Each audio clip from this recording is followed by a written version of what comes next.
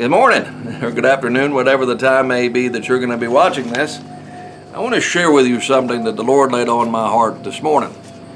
Something that I've been going through personally. Something that I think that you may be able to relate to. It has to do with your thoughts. And not just any thoughts, but negative thoughts. Thoughts that always gravitate to bad things, things that could happen, things that are happening now, and you only gravitate to the negative aspects of what's going on in your life and not necessarily to the positive aspects that are going on in your life, and what to do with those thoughts.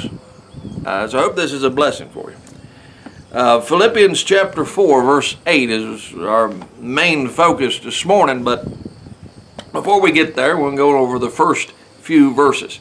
So if you have your Bibles, please turn with me to Philippians chapter 4, verse 1. Now, of course, Paul wrote this to the Philippian church, Philippian churches, to Philippi. So we understand the direction of the audience, but we can apply these same truths to us today. So in verse 1, it says, "Therefore, my brethren," so we know that he's speaking to Christians. Fellow brothers and sisters in Christ. Now, have that in the back of your mind as we're reading through these verses, because he is addressing this to Christians. So have that on your mind and in your heart. Christians need this information just as much as anybody else. "Therefore, my brethren, dearly beloved and longed for, my joy and crown, so stand fast in the Lord, my dearly beloved." So that's number one that he asks. I want you to stand fast. I want you to stand firm. I want you to stand meaningful stance. You often imagine, at least I do, a soldier standing up with his rifle beside of him, and he's standing fast and standing firm in his position. He's not easily moved or shaken. He's just like a statue. And oftentimes we need to have that, number one, because if we're easily moved, if we're easily shaken up, the rest of this is not going to really go smoothly. So I want you to stand fast, not just in circumstances, but I want you to stand fast in the Lord. So I'm standing fast in my belief, in my devotion, my respect, my trust. I'm standing fast in something that you can stand fast in, and that's in the Lord. So number two, it says, "I beseech," now I might mess these words up, "Euodias and beseech Syntyche," I might have missed the next one, or the last one there, "that they be of the same mind in the Lord." So I want you to stand fast, and I want you to be of the same mind in the Lord. Now we know that these two are mentioned, but we can apply that to ourselves as well. We need to stand fast and be of the same mindset. Well, what if in I guess your church or your bodies of believers, if I thought a certain way, and you thought us a certain way, and this other person in church thinks it's a different way, and say you have 20, 30 people in church, and each person thinks differently. How united do you think that would be? Well, I think that I'm right. Well, I think that I'm right. I think that this is what's going on. No, I think this is what's going on. It would be hard for unity or to even stand fast if everybody's standing fast in different things in their own mindset. So stand fast in the Lord and be of the same mind in the Lord. And be of the same mind in the Lord. So this is key. So this is in the Lord, in the Lord. So I want you to reside in this, stand fast in Him, same mindset in Him. So these are the two first things. "And I entreat thee also, true yokefellow, help those women which labor with me in the gospel." So I want you to help the women in the gospel with Clement also, and with other my fellow laborers. So this is broader Christian circle, whose names are written in the book of life. So I want you to stand fast, be of the same mindset, and I want you to help fellow believers around you.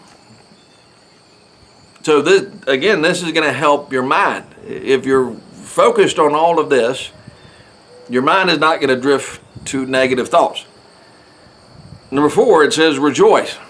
And again, somebody that's thinking negative, it's going to be hard for them to think rational, think positive, or rejoice at all, because that emotional mindset is going to think the exact same opposite.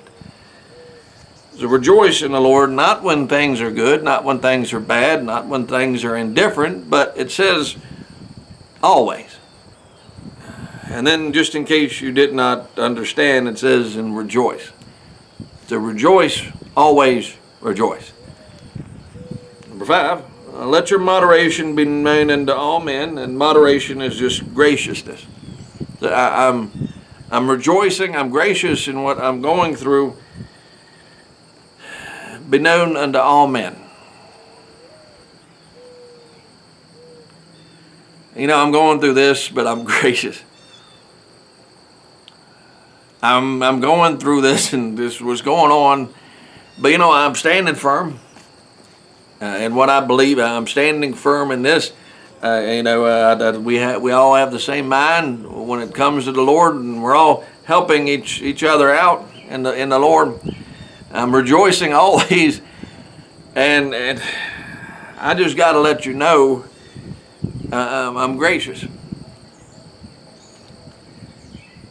The Lord is at hand. Now, this could be the coming of the Lord, the second coming, or the fact that the Lord is always with us. The Lord is at hand. The Lord is near, and He knows if you're standing fast, or if He knows if you have the same mindset. He knows if you're helping fellow believers, and He knows if you're rejoicing.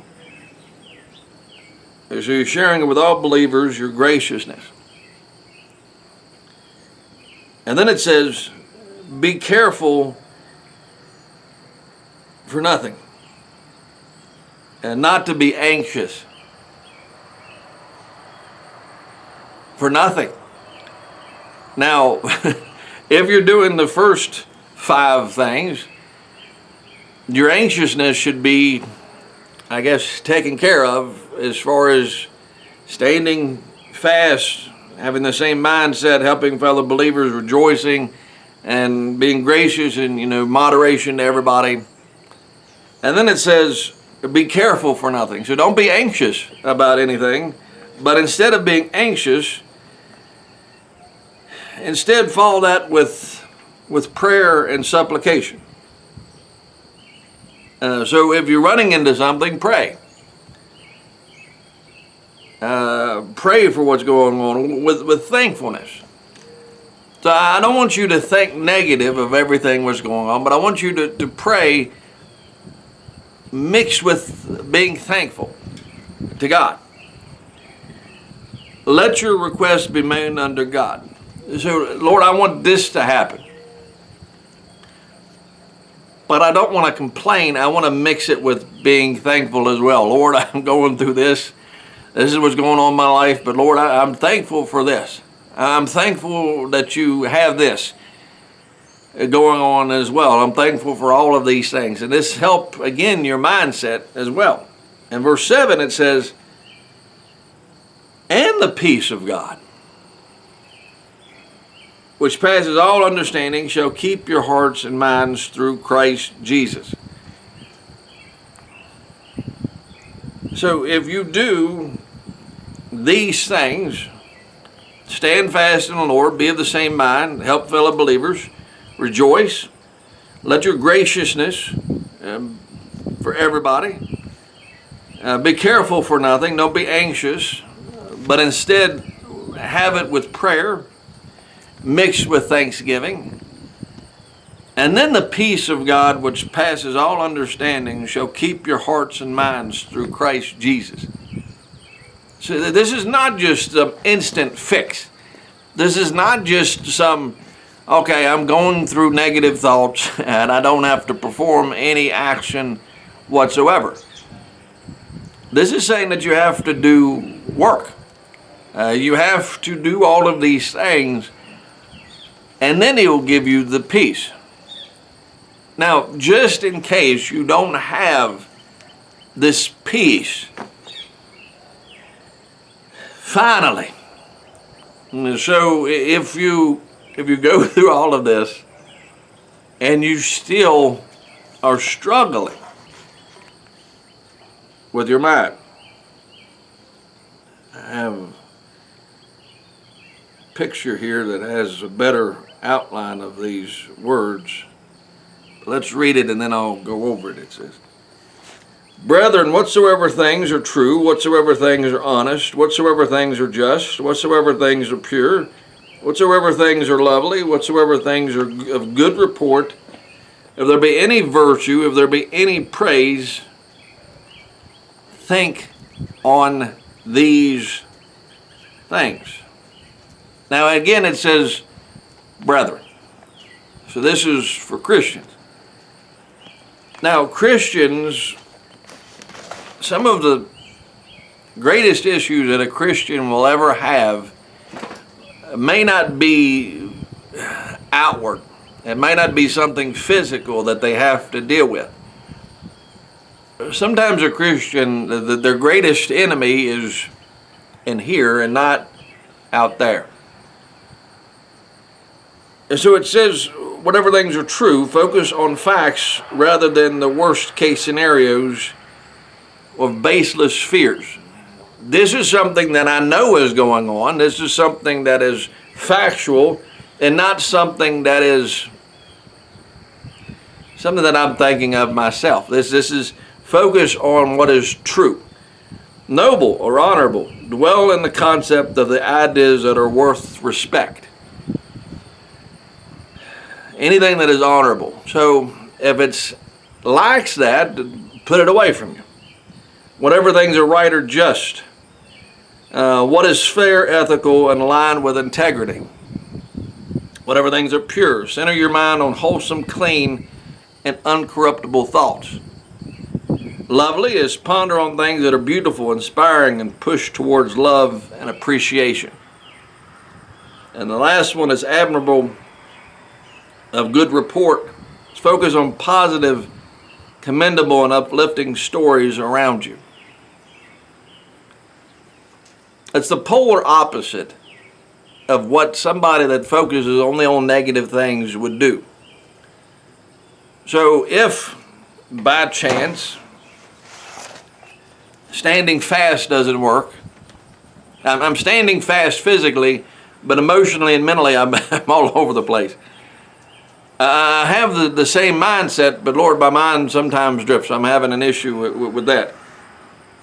I do help other believers, and I enjoy doing that, but when it comes to rejoicing, I don't know. I often focus and go towards self-defeat or things that I wish that would happen and it's not. It's hard to be gracious when I'm lacking this and this and this. I do get anxious, Lord. I get anxious about everything. And Lord, I do pray to you, but I often don't mix that with any form of thanksgiving.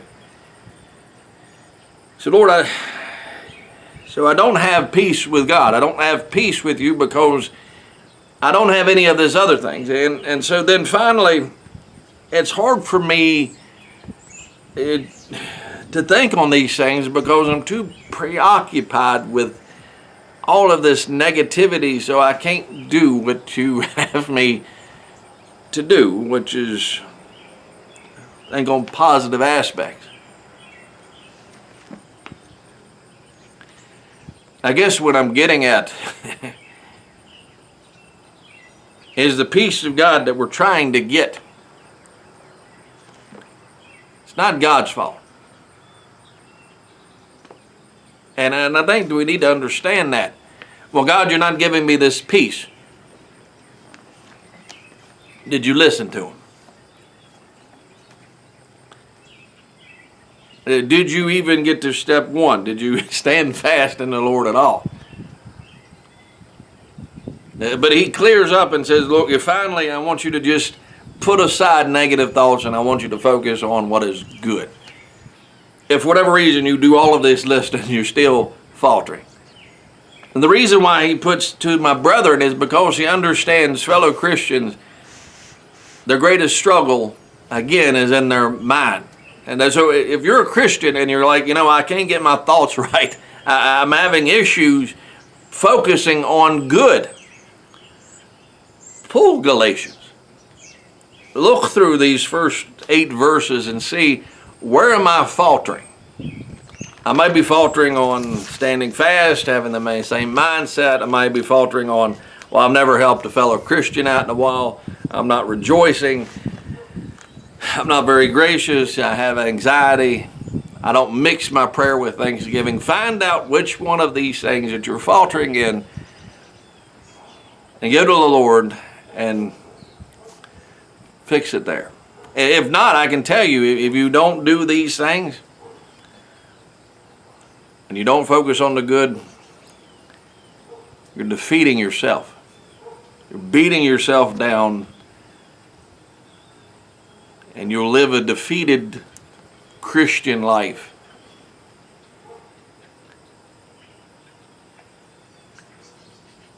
Paul understood what we needed.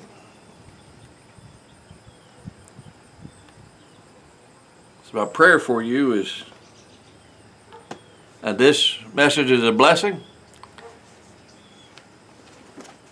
But read these verses and see where you need to fix, or what you need to fix. Thank you so much for watching. God bless you. I hope you have a good day.